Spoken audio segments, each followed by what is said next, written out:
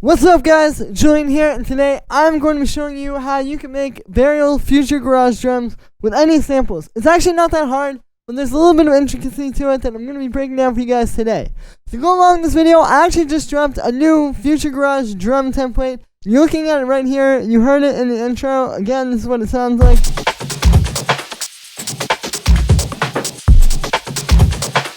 And yeah, you can hear it's super solid, but because you have all of this MIDI programming here, you can just go and change these out and make your own drums that you already have, like this nice programmed kind of laid out thing. You know how many things you need, but now you can go and, like I said, make your own drums with this. All you have to do is drop in your own samples.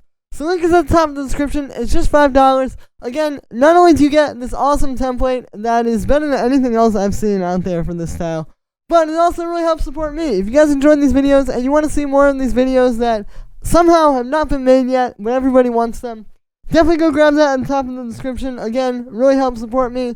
Thank you so much for all the support, guys, and let's dive in. So, right up at the top here, you can see we have some rim shots.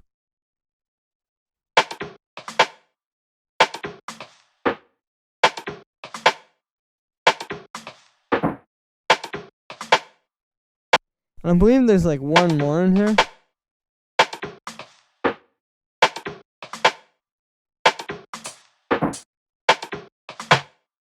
There we go. So the main two that you're hearing are these.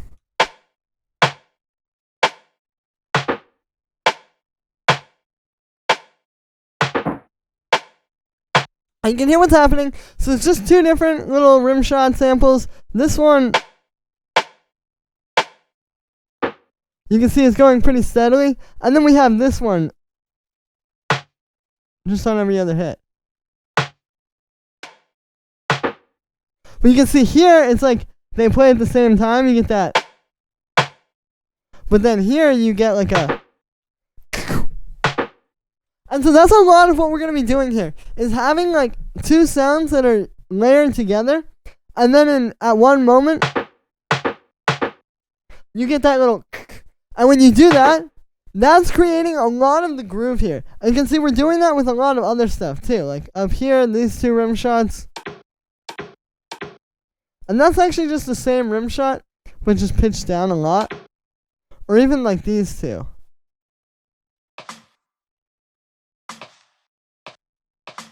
Right, so that's actually like a good way to kind of create like these little grooves, is have a lot of those little like 16th notes right next to each other.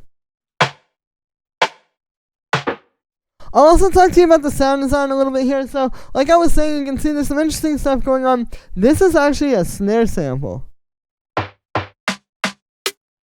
Like, I'll just play you the original sample. Right, like that's a snare, but then we take it,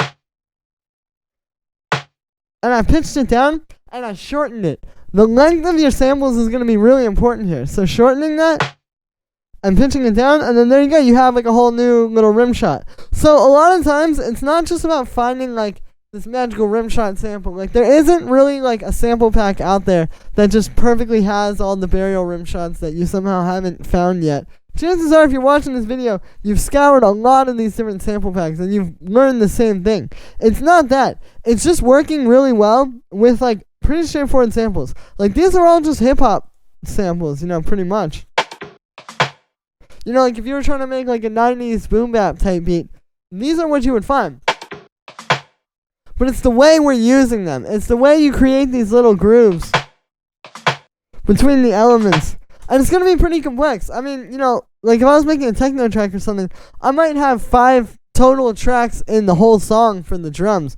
But here, this is like 5 rim shots. You know what I mean? So it's like a little bit more intricate. But you can see the groove that's happening there. And then what's happening is you're getting that groove plus this one. Plus this one. Plus all that. So it's like, it's all these little grooves adding up. And this is how you create that. So then the next thing that we have here is the kick.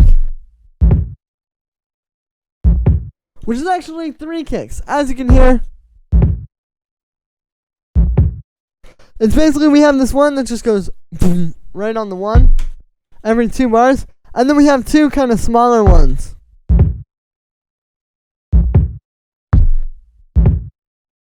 Kind of doing like their own little groove, right? And the idea here is one of these is very loud. Like this one is very much like right in your face. And then these other 2, they kind of fall into the background and sort of, even though they're kicks, it's almost like using the kicks as more of that background percussion. And that's how you want to think about this.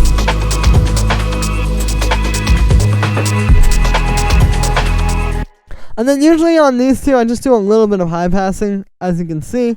And then yeah, on the group there, no processing. Again, it's really just getting like 3 or 4 different kicks and creating that groove. Just like I was saying with the rim shots, we have the individual groove that you can hear when you solo these, but then you combine it with any of these other little groups here.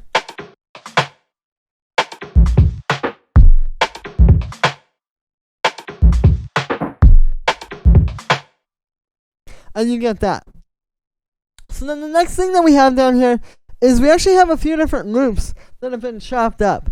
And I think something that's really, really underrated with this style of drums is using loops and specifically kind of chopping them to make a new groove out of them. Because the truth about these drums is that I don't think Burial or any of the future garage people, they're just like all one shots. Like I don't think you would really have gotten that sound in the first place if they were really focused on creating that groove only with one shots. Because as you can hear, like when we solo the one shots, you get the groove, but there's a certain life that's missing to it, right? And that's really where the loops come in. And that's why you're not just going to have loops that are just like steadily the whole time, save for maybe like your little tambourine loop like this one. But having the loops in there and then getting that groove that you're only going to get from chopped loops is very important.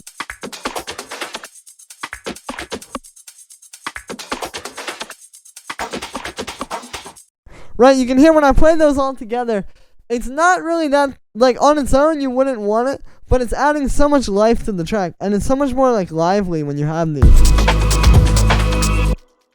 And this is why I say all the time, like, don't be afraid to use loops, you know? I mean, sample pack loops, like in this case, these are all loops from my sample packs, like from my Ultimate Drums pack. I believe this one is from like a Minimal Deep House pack. This is also from Ultimate Drums. And these are all from Ultimate Drums as well. So all just packs of mine. But yeah, again, like, it just adds so much life. And what we're doing here is like this one, for example. This is like one of those techno loops. But then I have it so you get like, right, like it hits right on the snare. Or this one is like on the upbeat. You get like,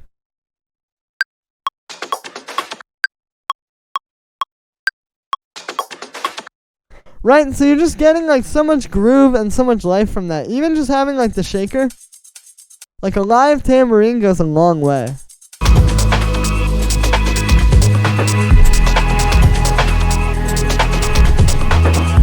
And yeah, then we just have a few more drums. So we have like this little percussion, which might seem quiet on its own. But see, that's actually really important for the rim shots because you're getting that.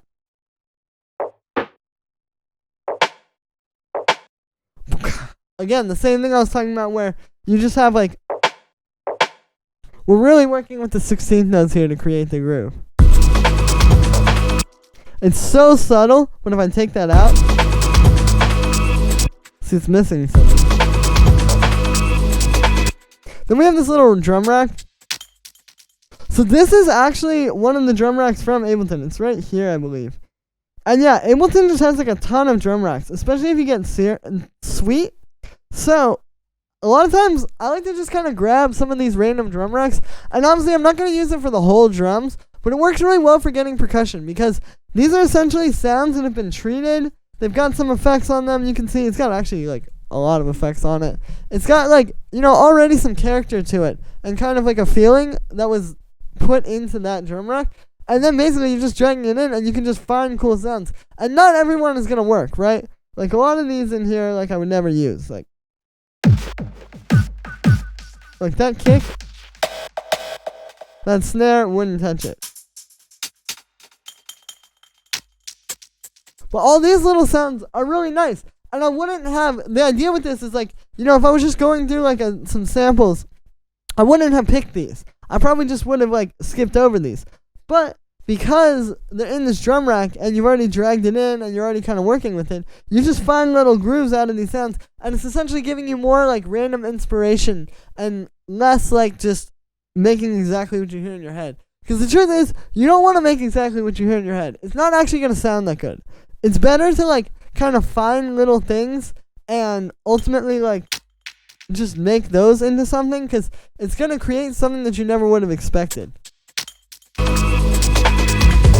And yeah, you can hear that's pretty quiet, but it's just in there. We have our main hi-hat, which plays on the upbeats, and then I also added in these extra little hits down here.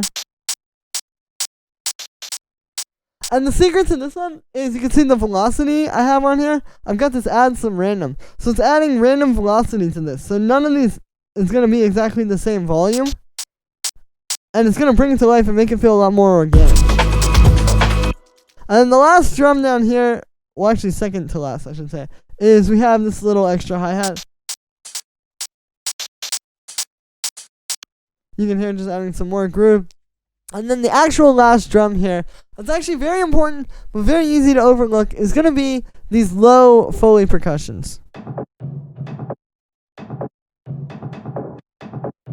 Which on their own might not sound that exciting, but if I play it with like a kick,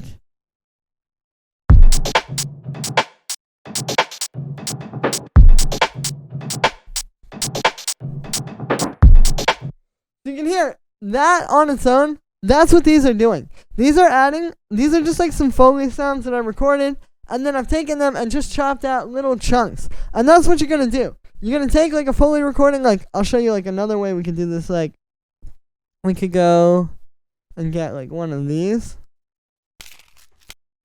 And basically you're just grabbing like a little tiny piece. Like for example like this.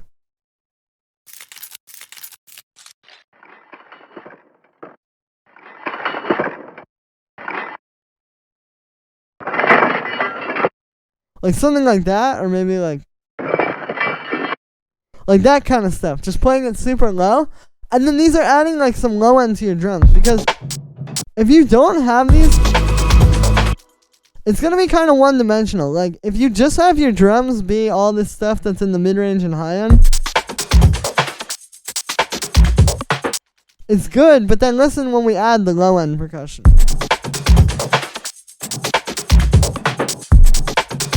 Right, it's like a whole extra dimension. I feel like this is making it like much more three-dimensional and just lively. And so it's really important. And these are subtle, you know, it's just two little sounds here. But it's about finding these, like taking these, making them really low.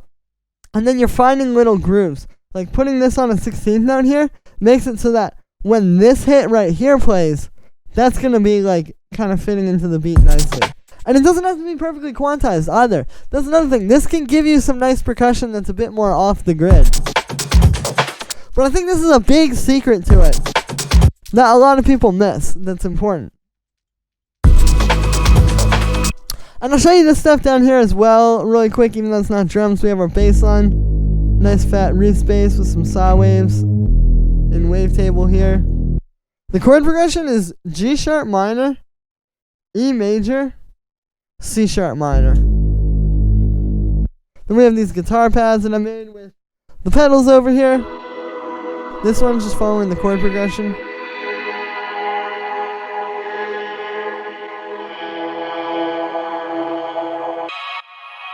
This one is kind of like its own little thing. You can see I put it through my stereo widening rack. We have an auto pan on it.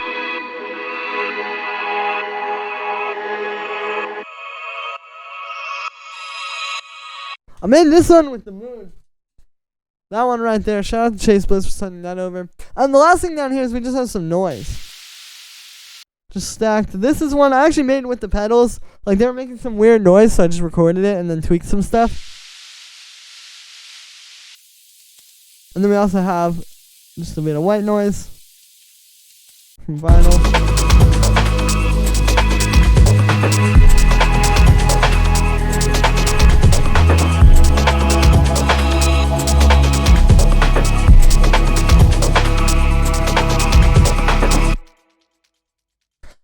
is. So that's how you make these style of drums. That's going to be it for this one, guys. I hope you enjoyed. As always, make sure to like this video as well as subscribe. And let me know what you think of this video in the comments. Like I said in the beginning, you can get this full template, the entire project file, samples, MIDI, presets, literally every single thing that you saw here is available at the top of the description. So you can go and learn from this, make your own tracks in this style, you know. This kind of stuff can be very hard to get started on, I know. So this gives you a perfect template to get started and be able to go and make something like this yourself. You know, I don't make a whole lot just off of the YouTube ads alone. They're pretty horrible right now, to be honest. But with these sample packs and stuff like this, I'm able to keep going and keep bringing you guys new stuff every day. Plus, it's a huge value for you. You know, I'm not just trying to sell some product to you. I'm trying to give you guys the templates that I wish I had when I was starting this stuff. And that I wish existed back in the day when I was trying to figure this stuff out. So yeah, link is at the top of the description. Thank you much for the support, guys. And I will see you tomorrow with another video.